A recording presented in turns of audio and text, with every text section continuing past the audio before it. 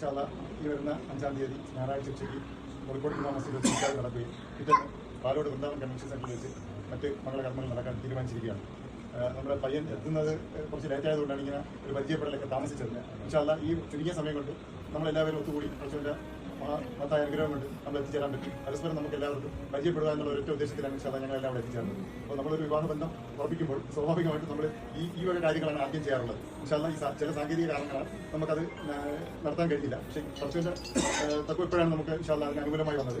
ഇൻഷാല്ലാ നമുക്കത് അവരുടെ ജീവിതത്തിന് വേണ്ടിയല്ല, നമുക്ക് അയാളിന് വേണ്ടി ദുആ ചെയ്യാം. അതുപോലെ തന്നെ നമുക്ക് ഈ വന്ന ആൾക്കാരെല്ലാം നമ്മുടെ ആൾക്കാർ ഇതാണ് എൻ്റെ മൂത്ത മച്ച, എൻ്റെ മൂത്ത സഹോദരൻ്റെ ഭർത്താവ്, അത് എൻ്റെ മൂത്ത ജ്യേഷ്ഠനാണ്, അത് എൻ്റെ ഭാര്യയുടെ മൂത്ത മാമയാണ്, ഞങ്ങളുടെ കുടുംബത്തിലെ കാരണമാണ്, അത് എൻ്റെ അമ്മയുടെ സഹോദരൻ്റെ മകനാണ്, ഇത് എൻ്റെ രണ്ടാമത്തെ സഹോദരൻ താത്താര ഭർത്താവാണ്, അത് കൊച്ചാപ്പാൻ്റെ വാപ്പാൻ്റെ അനിയൻ്റെ മകനാണ്, ഇത് എൻ്റെ മരുമകളുടെ വാപ്പായാണ്, എന്നാലും എൻ്റെ ജ്യേഷ്ഠൻ്റെ മകൻ കല്യാണം കഴിക്കണം അവരുടെ വാപ്പായാണ്, അത് എൻ്റെ ഭാര്യയുടെ മാമയാണ്, രണ്ടാമത്തെ മാമ, അത് മൂത്ത മാമ, അത് രണ്ടാമത്തെ മാമ വരും. ഇത് എൻ്റെ സുഹൃത്തും എൻ്റെ സഹോദരനാണ്, കോഴിക്കോട് ജമാഅത്ത് പ്രസിഡന്റ് ബാദിഷാണ് അദ്ദേഹം.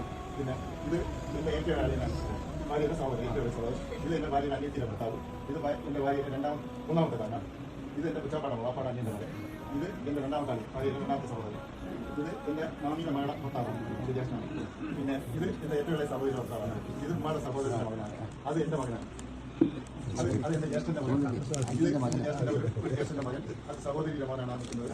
പിന്നെ ഇത് അനിയത്തിയുടെ മക്കളാണ് രണ്ടുപേരും. പിന്നെ നിൽക്കുന്ന എൻ്റെ സുഹൃത്താണ് ഷാജാൻ. അവരുടെ മകനുമായിട്ട് വിവാഹം അടുത്ത ഞായറാഴ്ച 5 മണിക്ക് കോഴിക്കോട് ജമാഅത്ത് 5-ാം തീയതി 12